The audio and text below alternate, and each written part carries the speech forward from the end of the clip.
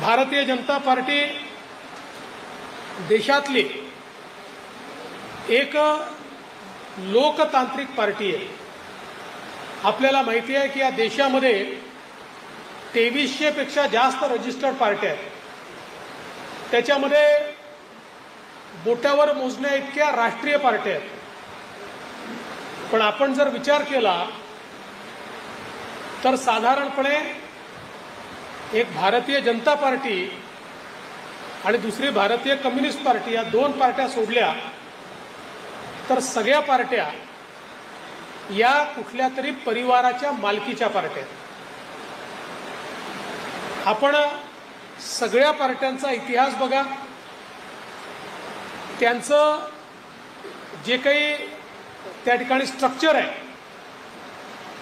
त्यांचं जे संघटन आहे, त्याची जी रचना आहे, त्याची जी निवडीची पद्धत आहे, ही जर आपण बघितली तर जवळपास या 2300 पार्ट्या या सगळ्या खाजगी मालकीच्या पार्ट्या आहेत।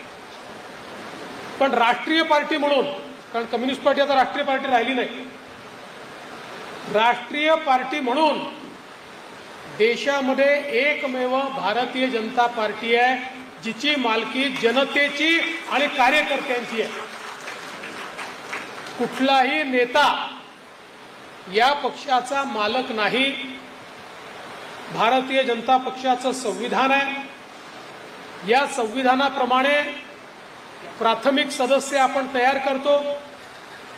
या प्राथमिक सदस्यातून आपली प्राथमिक इकाई तयार होते, तालुक्याची मंडलाची इकाई तयार होते, त्यातनं जिल्ह्याची इकाई तयार होते, मग राज्याची इकाई तयार होते आणि सगळे राज्य मिळून राष्ट्रीय अध्यक्ष नेमतात किंवा निवडतात आणि त्या निवडणुकीनंतर राष्ट्रीय कार्यकारिणी आपली तयार होते।